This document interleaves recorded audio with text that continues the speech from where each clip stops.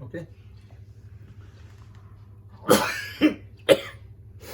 اعوذ باللہ من الشیطان الرجیم.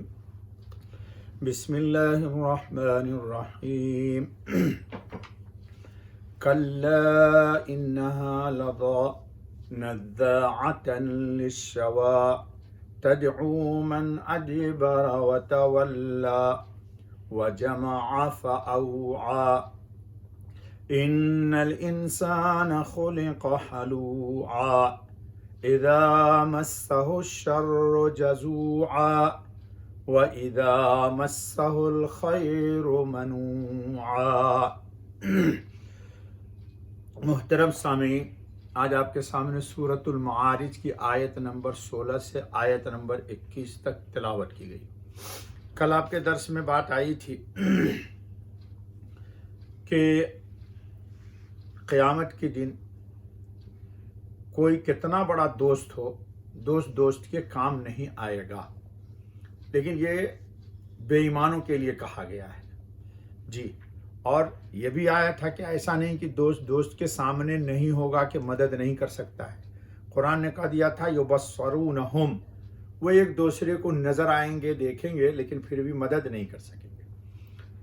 دوسری بات قرآن کریم نے یہ کہی تھی کل کہ مجرم کی خواہش یہ ہوگی، بے ایمان کی خواہش یہ ہوگی کہ اپنی اولاد کو، اپنے ساتھی کو، اپنے بھائی کو، اپنے گھر والے کنبے والے کو، ومن فی الارض جمیعا، اب پوری دنیا جہان کو وہ دے کر کے قیامت کے دن اللہ کے عذاب سے اپنے کو نجات دلا دے، چھٹکارا دلا دے. یہ کل کے درس میں گزرا تھا. آج اس کا جواب آ گیا. کلا، اللہ کہتے ہیں ہرگز ایسا نہیں ہوگا. انہا لظى، وہ جو عذاب جس کا تذکرہ ہوا تھا وہ کیا ہوگی؟ وہ تپتی ہوئی آگ ہے. نزاعة للشوى، کھینچ لینے والی کلیجہ. وہ آگ جب انسان کو چھوئے گی تو انسان کے کلیجے کو نکال دے گی. کھال اتارنے والی آگ، یعنی وہ آگ مجرم کو کہاں چھوڑتی ہے؟ وہ تو کھال اتار کر اندر سے کلیجہ نکال لیتی ہے. شوا کا معنی ہے سر کی کھال. مجاہد نے کہا سر کی کھال اتارنے والی یا ہڈیوں سے گوشت اتارنے والی. ایسی آگ ہوگی جو ہڈی سے گوشت کو اتار لے گی. سعید ابن جبیر رضی اللہ تعالیٰ عنہ نے حضرت ابن عباس کا قول نقل کیا ہے کہ پٹھوں کو کھینچ لینے والی ہوگی.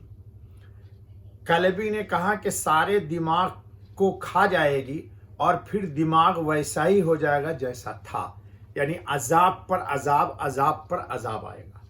تدعو من ادبر وتولا وجمع فاوعى، پکارتی ہے اس کو جس نے پیٹھ پھیر لی اور پھر کر چلا گیا.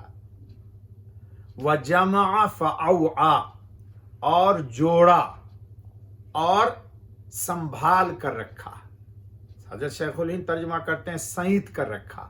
یہ ٹھیٹھ اردو لفظ ہے. جیسے ہمارے یہاں گاؤں میں لوگ چیزوں کو سینت دیتے ہیں، یعنی محفوظ کر لیتے ہیں. جی، تدعو من ادبر وتولا، حق سے پشت پھیرنے والے، اطاعت سے روگردانی کرنے والوں کو وہ آگ پکار کے کہے گی اے منافق ادھر آ، اے مشرک میرے پاس آ. ابن عباس رضی اللہ عنہ نے فرمایا کہ بے ایمانوں اور منافقوں کو ان کے نام لے کر فصیح زبان سے یہ آگ پکارے گی کہ اے فلان ادھر آ، اور اس طرح اچک لے گی جیسے پرندہ دانے کو اچک لیتا ہے. مطلب یہ کہ حقوق اللہ اور حقوق العباد ضائع کیے ہوں گے. کیا کیا ہوگا؟ حقوق اللہ اور حقوق العباد. دوزخ کی کشش، یعنی دوزخ کی طرف سے ایک کشش اور پکار ہوگی کہ بس جتنے لوگ دنیا میں حق کی طرف سے پیٹھ پھیر کر چل دیے تھے. ہوتا یہ ہے کہ آپ کسی کو کوئی بات حق کی کہیے تو ناگواری کے عالم میں وہ اٹھ کے چل دیتا ہے، پیٹھ پھیر کر چل دیتا ہے. اور عمل صالح کی طرف سے اعراض کرتے اور مال سمیٹتے اور جمع کر کے رکھنے میں مشغول رہے تھے دنیا کے اندر. یہ سب بے ایمان کی صفت ہے. وہ سب دوزخ کی طرف کھینچے چلے آئیں گے.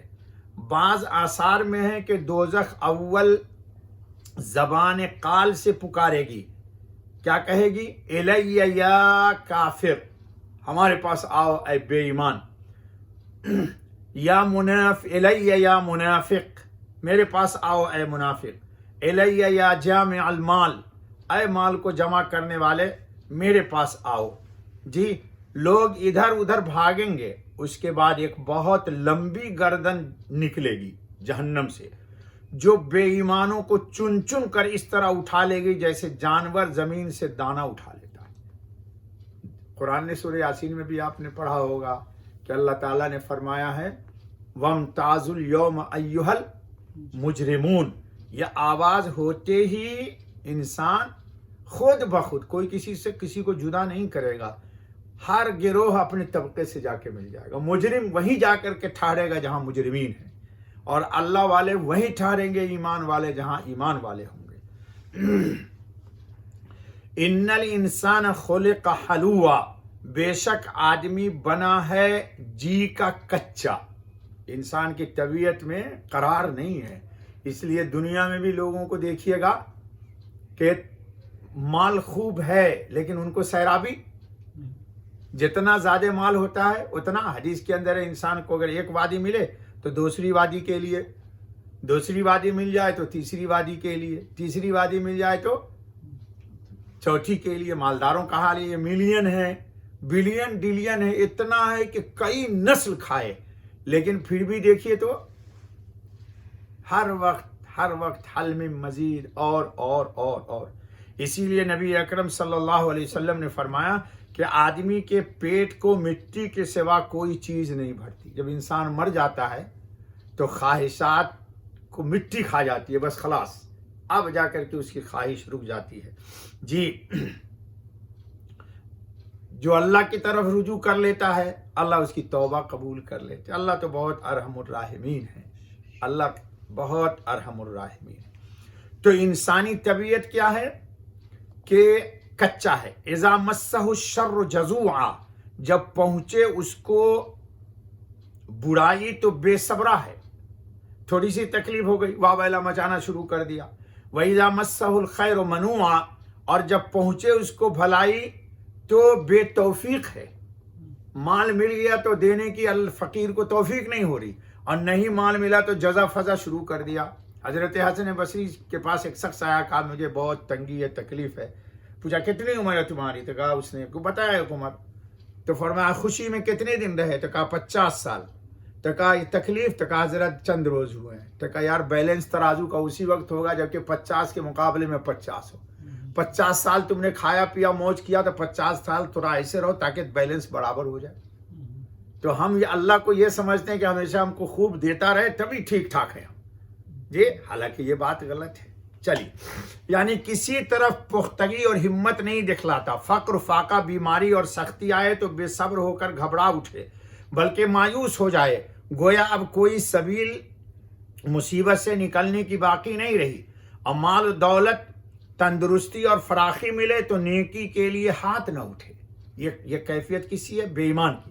اور مالک کے راستے میں خرچ کرنے کی توفیق نہ ہو، ہاں وہ لوگ مستثنا ہے جن کا ذکر انشاءاللہ کل کی آیتوں میں آئے گا، الا المصلین سے، الا المصلین سے۔ تو آج کے درس کا ماحصل یہ ہوا کہ انسان کو آخرت کے عذاب کو سامنے مستحضر رکھ کر اللہ کی ذات پر ایمان رکھنا، اور جو کچھ بھی دیا ہے اللہ نے، قرآن نے متقی کی صفت بیان کی، ينفقون فی السراء والضراء والکاظمین الغیظ والعافین عن الناس۔ 10 روپے ہے تو ایک دمڑی دے دے، اگر ایک دمڑی ہے تو دمڑی کا بھی کوئی ایک حصہ دے دے، یہ انتظار نہ کرے کہ خوب ہوگا تب دیں گے، ورنہ پھر توفیق نہیں ہوتی۔